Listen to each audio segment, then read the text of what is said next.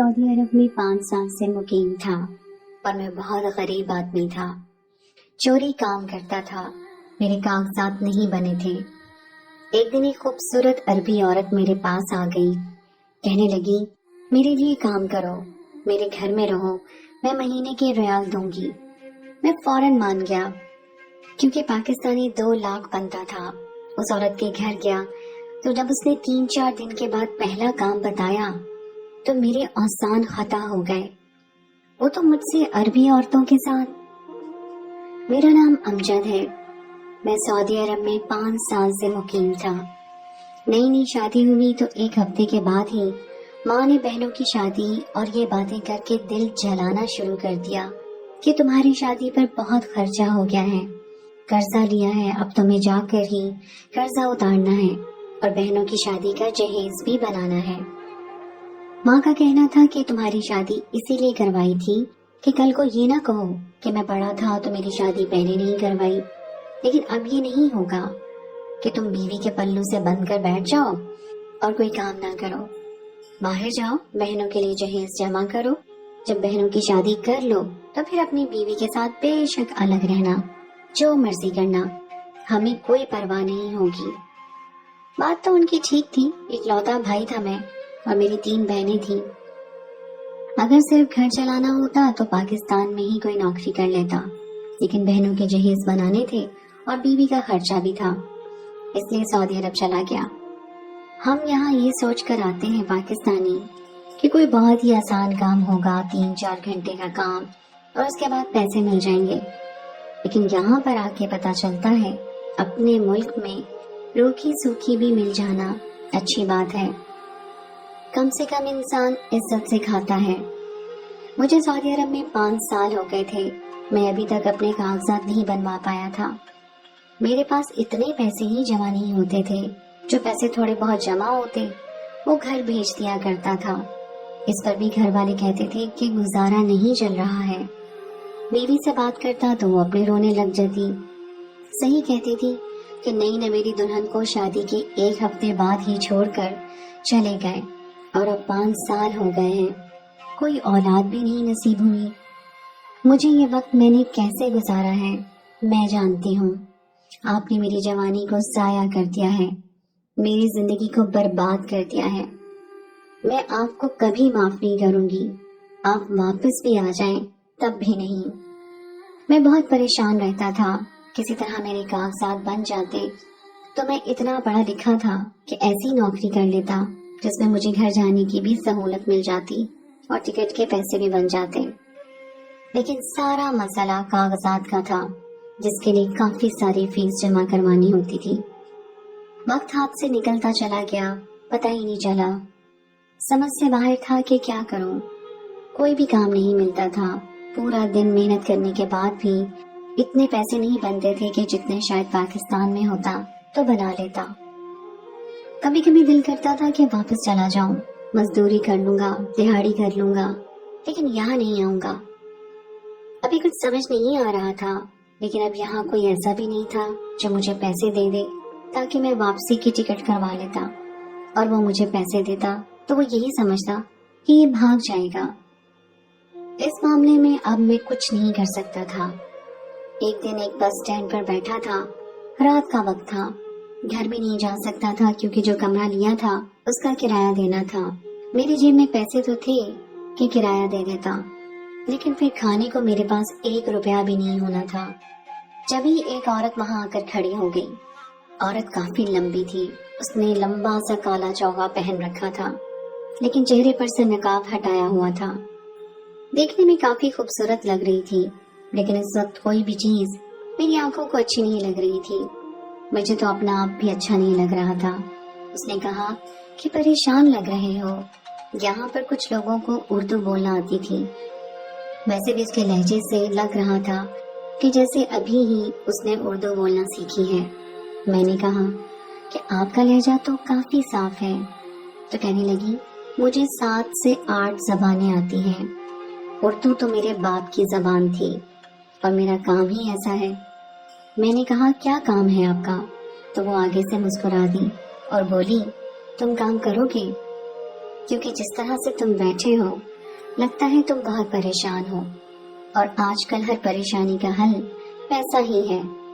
अगर जेब में पैसे होते हैं तो कभी भी ऐसे नहीं बैठते लोग। मैंने उससे कहा कि तुम ठीक कहती हो, मेरा मसला भी दौलत ही है। मुझे पैसों की जरूरत है, लेकिन मुझे कोई भी ऐसा काम नहीं मिल रहा जो मेरी जरूरियात को पूरा कर सके। उसने कहा कि मुझे भी कुछ ऐसे ही इंसान की तलाश थी जो बहुत ज्यादा मजबूर हो, क्योंकि मजबूर लोग मेहनती होते हैं। तुम मेरे साथ मेरे घर चलो, वहीं रहो, मैं तुम्हें एक काम बताऊंगी। तो मैंने कहा कि आपने तो मेरा नाम तक नहीं पूछा और काम देने की बात करती हैं। वैसे यहाँ पर ये सब होना नॉर्मल था, क्योंकि इधर लोग सीधी बात किया करते थे, ज्यादा लंबी बात कोई भी नहीं करता था। उसने कहा तुम्हारा नाम भी पूछ लूंगी। मैंने कहा कि काम किस नौयत का होगा। अगर आपने मुझसे अपने घर के काम करवाने हैं तो मैं माजरा चाहता हूँ। मैं पहले भी किसी के घर के काम कर चुका हूँ, लेकिन ये लोग बहुत जालिम थे, काम ज्यादा करवाते थे और पैसे कम देते थे। एक घर में मैंने 2 महीने के लिए काम किया था, वो भी एक औरत थी जो मुझसे बहुत ज्यादा काम करवाती थी और पैसे कम देती थी। फिर मैं मजबूरी में काम करता रहा, लेकिन मुझे पता चला कि वो मुझे उसी बर्तन में खाना डालकर दे रही थी जिसमें अपने कुत्ते को खाना दिया करती थी। मैंने फौरन वो नौकरी छोड़ दी और कसम खा ली कि इस तरह का कोई भी काम नहीं करूंगा। उसने कहा कि फिक्र नहीं करो, इस तरह का कोई काम नहीं है। मेरे घर में काम करने के लिए पहले से ही 2 से 3 नौकर हैं और तुम्हें मेरे लिए काम करना है, मेरे घर का काम नहीं करना है और मेरे साथ रहना है। काम की नौयत मैं तुम्हें घर जाकर समझा दूंगी, फिक्र नहीं करो। मैंने कहा कि मुझे पैसे कितने मिलेंगे? मैं पहले जगह जगह से धोखा खा चुका था, इसलिए पहले ही पैसों की बात करती, क्योंकि पैसों के लिए ही तो इंसान काम करता है। अपनी मेहनत की उजरत मांगने में भला कैसी शर्म। ना वक्त और मेहनत के पैसे मांगना कोई भी बुरी बात नहीं है। उसने कहा मैं तुम्हें 1 महीने के 20,000 रियाल दूंगी। ये लफ्ज सुनकर मैं हैरान और परेशान रह गया और इस कदर शदीद रद्द अमल देने पर मजबूर हो गया। मेरा मुंह खुल गया और मैंने कहा कि क्या 20,000 रियाल? क्योंकि 20,000 रियाल कोई छोटी रकम नहीं थी, ये पाकिस्तानी 10 लाख रुपए बनते थे। और पाकिस्तानी 10 लाख रुपए अगर मैं 1 माह में भेजता और कुछ पैसे अगर यहाँ भी लगा देता तो कम से कम भी महीने के 7 से 8 लाख रुपए घर भेज सकता था। मेरी बहनों की शादी 1 साल के अंदर ही हो जानी थी, उसके बाद मैं अपने घर जा सकता था। मैंने उसे कहा कि मैं तुम्हारे लिए काम करूंगा और उसके बाद मैंने कोई और बात सोची ही नहीं। बस इतना कहा कि पक्की बात है ना, पैसे तो दे दोगी ना? उसने कहा कि हाँ हाँ, तुम्हारे लिए ये पैसे ज्यादा होंगे, लेकिन मेरे लिए ये पैसे ज्यादा नहीं है। रास्ते में जाते हुए उसने मेरा नाम भी पूछा और ये भी कहा कि किस मुल्क से हो। उसके बाद उसने कहा कि बहुत अच्छी बात है, मुझे तुम पर बहुत भरोसा है। उसने मुझे एक कमरा भी दिखा दिया जो दूसरी मंजिल पर था और कमरे के साथ एक बाथरूम भी था। उसने कहा कि जब तक मैं यहाँ हूँ इधर ही रहूंगा। मैंने कहा कि मेरा काम? तो उसने कहा कि तुम्हारा काम जल्द ही बता दिया जाएगा, तुम्हें अपना हुलिया ठीक करना है। मैंने अपने आप को देखा जब मैं शादी करके आया था। उस वक्त मेरी उम्र सिर्फ 22 साल थी।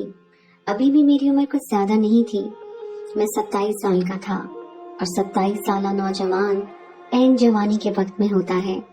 लेकिन टेंशन ने मेरी हालत ऐसी बना दी थी कि जैसे मैं 30 साल से ऊपर का आदमी बन चुका हूँ। लोग अपना ख्याल भी रखते हैं जो मैंने नहीं रखा था, लेकिन टेंशन से ही इंसान खराब होता है। उसने कहा तुम्हें अपना हुलिया और सेहत दुरुस्त करनी होगी, अपना हुलिया भी बेहतर बनाना होगा। तुम्हें बहुत ज्यादा मुहज्जब और खूबसूरत नजर आना है, क्योंकि ये काम ही ऐसा है। दिमाग में मैं सोचने लगा कि जरूर कोई पब्लिक डीलिंग का काम होगा।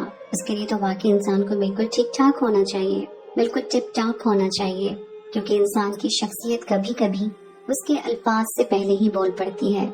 मैंने कहा कि ठीक है, जैसा आप कहेंगे वैसा ही करूँगा। जो इंसान आपको महीने के 10 लाख दे रहा हो, अगर वो ये कहे कि एक टांग पर खड़े हो जाओ, तो आप बेशक एक टांग पर खड़े हो जाएंगे। 5 साल में पहली दफा मुझे सुकून की नींद आई।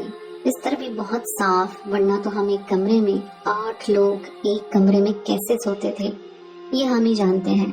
और दिमाग में कोई टेंशन भी नहीं थी। जब से उसने पैसों के बारे में बताया था, मैं तो उसी के बारे में सोच रहा था। इतने सारे पैसों से तो मेरे सारे मसले हल हो जाने थे। मैं 6-7 महीने बाद अपनी बीवी से मिलने भी जा सकता था।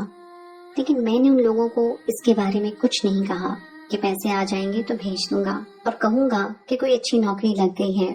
वो लोग ये बात खुद ही समझ जाएंगे। मेरी बीवी को दौलत से कोई मकसद नहीं था। वो बस कह रही थी कि आप वापस आ जाएं। पता नहीं मेरे घर वाले उसके साथ क्या सलूक करते थे। वो कुछ बताती भी नहीं थी और मेरे पास भी पैसे नहीं होते थे कि बार बार उसे फोन कर सकूं। यहाँ से कॉल बहुत महंगी पड़ती थी। अगले दिन मुझे सुबह सुबह ही जगा दिया गया। नींद अच्छी आई थी, इसलिए नींद पूरी हो गई। उस औरत ने मुझे एक शख्स से मिलवाया जिसने कहा कि आज से मैं आपका ट्रेनर हूँ, आपको ट्रेन करूंगा। मैंने कहा कि किस बात के लिए ट्रेन करेंगे? तो कहने लगा कि आपको थोड़ा फिट करना है। औरत के कहने पर मुझे मर्दों के सैलून में भेज दिया गया, जहाँ पर मेरे बालों का कलर भी बदल दिया गया। मेरे हाथ पांव भी साफ करवाए गए, मेरी दाढ़ी शेव बनाई गई। मैं पहले से बहुत ज्यादा मुख्तलिफ और अच्छा लग रहा था। लेकिन ट्रेनर साहब ने मुझे पूरा दिन मुझसे वर्जिश करवाई और मुझे नए कपड़े भी लेकर दिए। मुझे तो ऐसे सजाया जा रहा था जैसे मैं किसी फिल्म का हीरो हूँ और मैंने किसी फिल्म में हीरो का काम करना है। 1 महीने तक मुझे अपना ख्याल रखना था। उस औरत का नाम जो भी हो, लेकिन सब उसको कोको कहते थे। मैंने वहाँ के नौकरों को एक अजीब बात करते हुए सुना। कहने लगे कि ये है नया बकरा जिसको कोको लेकर आई है। वैसे तो ये बड़ा ही हसीन है, लेकिन इधर का नहीं लगता है, बाहर के मुल्क से आया है, तभी तो इसकी बातों में आ गया है। सच कहूँ तो ये बातें सुन के मैं थोड़ा हैरान भी हुआ और परेशान भी। वो किस बारे में बात कर रही थी? क्या कोको पहले भी इस तरह से मर्दों को लाया करती थी?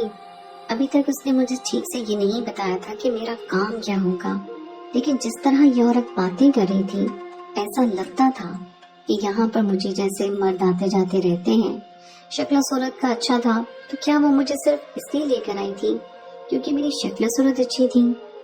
कहीं ये मुझसे शादी तो नहीं करना चाहती थी, तभी मुझे इतना सजा संवार रही थी। लेकिन अगर ऐसा होता तो मैं कभी भी उससे शादी न करता, चाहे वो मुझे 20 की जगह 40,000 देती, मैं तो तब भी उससे शादी न करता। कि मैंने अपनी बीवी को दिया ही क्या था? कुछ भी तो नहीं दे सका था। उसे इन 5 सालों के इंतजार के बाद अगर मैं उसे बेवफाई करता, उसे 5 साल इंतजार के तोहफे में बेवफाई देता, तो फिर मुझसे ज्यादा जालिम शख्स कोई ना होता। पहले ही मुझ में इतनी मुसीबतें आई हुई थी। मैं उसके दिल से बद्दुआ नहीं लेना चाहता था, लेकिन उस औरत को देखकर लगता ही नहीं था कि वो मुझसे शादी करेगी। उसके पास दुनिया की हर चीज थी, दौलत शौहरत थी, घर था, पैसे थे, नौकर थे। वो एक सड़क से उठाए हुए शख्स से शादी क्यों करेगी? उसे एक दफा मुझे देखने से मुझसे मोहब्बत नहीं हो सकती थी, और इस तरह के फैसले तो सिर्फ मोहब्बत में ही किए जाते हैं। इसका मतलब कि मैं गलत सोच रहा था। उसने मेरी मदद की थी, जिसके बारे में इस तरह की बातें नहीं सोचनी चाहिए। मुश्किलों और तंगदस्ती में 5 साल 5 सदियों की तरह मैंने गुजारे थे, लेकिन अच्छे माहौल और एक माँ कैसे गुजर गया था पता ही ना चला। मैंने खुद को देखा तो मैं हैरान रह गया। मैं क्या हो गया था? मैं बहुत ही खूबसूरत हैंडसम लग रहा था। कोको को बुलाया गया कि मैं कैसा लग रहा हूँ। मैंने बहुत महंगे कपड़े और जूते पहने थे, और मैं खड़ा भी ऐसे था जैसे मुझे बताया गया था कि तुमने इस तरह से खड़े होना है। ट्रेनर आ गया और कोको से कहने लगा कि देखो मैंने क्या कर दिया है। वो कहने लगी कि तुम पर तो मुझे पहले दिन से भरोसा है, तुमने बहुत ही अच्छा काम किया है, ये तो बहुत ही ज्यादा अच्छा लग रहा है। ट्रेनर ने कहा कि आपकी नजर तो जौहरी की है, आप हीरा पहचान लेती हैं। वो कहने लगी लेकिन हीरे को तराशते तो तुम ही हो ना। फिर उसे कहने लगी कि बताओ, अब बताओ क्या लगता है तुम्हें कहाँ तक चला जाएगा? अब बताओ क्या लगता है तुम्हें कहाँ तक चला जाएगा? तो उसने कहा कि ज्यादा से ज्यादा 7,000 तो कहीं नहीं गया।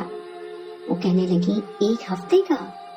تو وہ اپنے بڑے بڑے دانت دکھا کر ہنس دی اور پھر وہ آدمی کہنے لگا کہ نہیں، ایک رات کا۔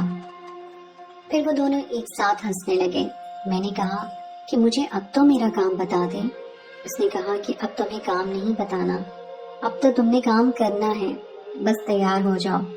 اور ٹرینر کو کہا آج اسے اچھے سے کپڑے دینا تاکہ یہ اور بھی زیادہ اچھا لگے۔ شام کو مجھے پھر سے تیار کر دیا گیا اور ایک بہت بڑے مال میں لے جایا گیا۔ یہاں پر عورتیں اور مرد بھی مجھے ایسے دیکھ رہے تھے جیسے میں بہت زیادہ حسین ہوں، کیونکہ اس کی وجہ ایک تو میرے کپڑے اور جوتے جو بہت ہی مہنگے تھے، دوسرے میرے ساتھ 2 گارڈز بھی چل رہے تھے۔ ٹرینر بھی میرے ساتھ تھا جو آج میرا گارڈ بنا ہوا تھا۔ اس نے میرے ہاتھ میں ایک جامنی رنگ کا رومال پکڑا دیا۔ میں نے کہا کہ یہ کیا ہے؟ تو اس نے کہا کہ تم نے ہاتھ میں پکڑنا ہے اور اسے پکڑ کر رکھنا ہے کہ سب لوگ اس کو دیکھیں۔ میں نے کہا کہ یہ سب کیا ہے؟ کیا یہی میرا کام ہے؟ تو اس نے کہا کہ ہاں، یہی تمہارا کام ہے۔ دراصل تم نے جو کپڑے پہنے ہیں وہ کسی برانڈ کے کپڑے ہیں، اور ہم چاہتے ہیں کہ لوگ تمہاری طرف متوجہ ہوں تاکہ لوگ ہم سے پوچھیں کہ یہ کپڑے آپ نے کہاں سے لیے ہیں۔ اس طرح ان کی مشہوری ہوگی اور پھر لوگ انہی سے کپڑے لیں گے اور ہم سے ان کا پتہ پوچھیں گے، اور اس طرح برانڈ والے ہمیں پیسے دیں گے۔ ان پیسوں میں سے ہی ہم تمہیں تنخواہ دیں گے۔ تمہیں روز نئے اچھے اچھے کپڑے پہن کر مال میں آنا ہے۔ سب لوگوں کو یہی لگنا چاہیے کہ تم بہت ہی امیر انسان ہو، اس لیے ہم تمہارے نکلی باڈی گارڈ بنے ہیں۔ اور اب مجھے اس کام کی سمجھ آ گئی تھی۔ میں نے کہا یہ تو بڑا اچھا اور بڑا سیدھا اور یہاں تک کہ بہت ہی آسان سا کام ہے۔ مال کے اندر اے سی لگے ہوئے تھے۔ 1 گھنٹے تک تیار ہو کر پھرنے کے اتنے سارے پیسے مل رہے تھے۔ میری تو قسمت کھل گئی تھی، مجھے تو بہت اچھا کام مل گیا تھا۔ مجھے کوکو کی طرف سے کال آئی اور کہنے لگی تو بتاؤ کام کیسا لگ رہا ہے۔ میں نے اس کی تعریف کرنا شروع کر دی۔ میں نے کہا کہ آپ نے مجھے بہت اچھا کام دیا ہے، یہ کام تو بالکل بھی محنت کا نہیں ہے اور اتنے سارے پیسے بھی ملیں گے۔ آپ تو میرے لیے پری بن کر آئی ہیں جس نے میری اتنی بڑی مشکل آسان کر دی۔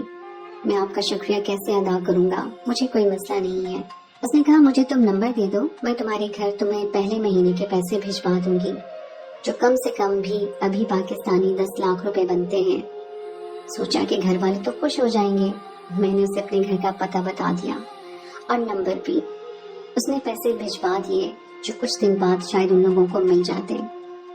میں بہت زیادہ مطمئن تھا، میرے چہرے پر مسکراہٹ بھی آ گئی اور میں بڑے طریقے اور سٹائل سے وہاں پر پھرنے لگا۔ میں کوئی ان پڑھ جاہل گوار نہیں تھا، میرے لیے یہ چیزیں کوئی نئی بات نہیں تھی۔ میں پاکستان میں بھی اچھی طرح تیار ہو کے رہتا تھا۔ یہ الگ بات ہے کہ اتنے مہنگے کپڑے نہیں پہنا کرتا تھا۔ میں ایسے ہی چل رہا تھا کہ اچانک ایک عورت میرے پاس آئی اور میرے ہاتھ میں جو رومال تھا اس کا دوسرا حصہ پکڑ کر بولی چلو میرے ساتھ۔ میں نے کہا کہ کہاں؟ تو کہنے لگی کہ چلو بھی۔ وہ عربی بول رہی تھی۔ 5 سال میں اتنی تو مجھے عربی آ گئی تھی، لیکن وہ عورت جس طرح سے پیش آ رہی تھی بات میری سمجھ سے باہر تھی۔ اس نے مجھے ایک ہاتھ سے پکڑا اور اس طرح مجھے اپنے ساتھ لے جانے لگی جیسے اس نے مجھے خرید لیا ہو۔ جو ٹرینر تھے وہ بھی پیچھے ہٹ گئے، بلکہ جاتے ہوئے اس نے کہا کہ جاؤ، پریشان ہونے کی بات نہیں ہے۔ وہ تو مجھے اپنی گاڑی میں لے آئی اور کہنے لگی کہ چلتے ہیں۔ میں نے کہا کہ مجھے کہاں لے کر جا رہی ہو؟ یہ بات سمجھ نہیں سکا۔ اس نے کہا تم ہاتھ میں جامنی رومال لے کر پھر رہے ہو، تمہیں یہ نہیں پتا کہ میں تمہیں کہاں لے کر جا رہی ہوں؟ جامنی رومال پھر تم نے ہاتھ میں کیوں پکڑا تھا؟ میں نے کہا کہ کیا مطلب ہے، کیا مقصد ہے اس کا؟ تو اس نے مجھے ایک بات بتائی۔ اس نے کہا کہ پرانے زمانے میں جب عورتوں کو خریدا جاتا تھا تو خریدنے والی عورتوں کے ہاتھ میں جامنی رومال پکڑا دیا جاتا تھا۔ یہی رسم آگے چلتی گئی اور آج جس نے بھی جسم فروشی کرنی ہوتی ہے اس کے ہاتھ میں رومال نشانی کے طور پہ پکڑا دیا جاتا ہے، چاہے وہ لڑکی ہو یا لڑکا۔ جامنی رنگ کا مطلب اس چیز کی طرف اشارہ ہے کہ میں اس کام کے لیے راضی ہوں۔ میرے قدموں تلے سے یہ بات سوچ کر ہی زمین نکل گئی۔ اسی لیے اس عورت نے مجھے پکڑا اور میرا حلیہ بھی ٹھیک کروایا، اور جب وہ اپنے ٹرینر سے کہہ رہی تھی کہ 1 رات کے 7,000 تو اسی بارے میں بات کر رہی تھی۔ میں حیران رہ گیا۔ میں نے کہا کہ معاف کرنا، میں یہاں یہ کام نہیں کرتا ہوں۔ وہ مجھے برے ناموں سے پکارنے لگی، مجھے بزدل کہنے لگی کہ اگر یہ کام نہیں کرتے تو پھر یہ حلیہ کیوں بنا رکھا ہے۔ میں وہاں سے ایسے بھاگا کہ اس عورت کے ہاتھ نہ لگا، وہ بعد میں مجھے ڈھونڈتی بھی رہی ہو۔ پھر مجھے ایک اچھا انسان ملا، میں نے اسے سب کچھ بتایا، اس نے میری اتنی مدد کی اور کہا کہ میں تمہیں تمہارے ملک واپس بھجوا سکتا ہوں، کیونکہ میں نے ہر مہینے خیرات وغیرہ نکالنی ہوتی ہے اور میں خیرات کے طور پر اس طرح کے کام کرتا ہوں۔ اس شخص کا اللہ بھلا کرے جس نے مجھے واپس بھجوا دیا۔ واپس آیا تو اپنی ماں، بہنوں اور بیوی سے مل کر دل کو بہت سکون ملا، بیوی سے بھی ملا، اور اس بات کی خوشی ہوئی کہ میں نے اس کے ساتھ بے وفائی نہیں کی تھی۔ جو اس عورت نے گھر پیسے بھیجے تھے اس کے گھر والوں نے استعمال نہیں کیے تھے۔ میں نے سوچا کہ میں یہیں پر کام کروں گا، ان پیسوں سے میں نے کام شروع کیا۔ ہم انسان ہیں نا، پوری طرح پریشان ہو جاتے ہیں۔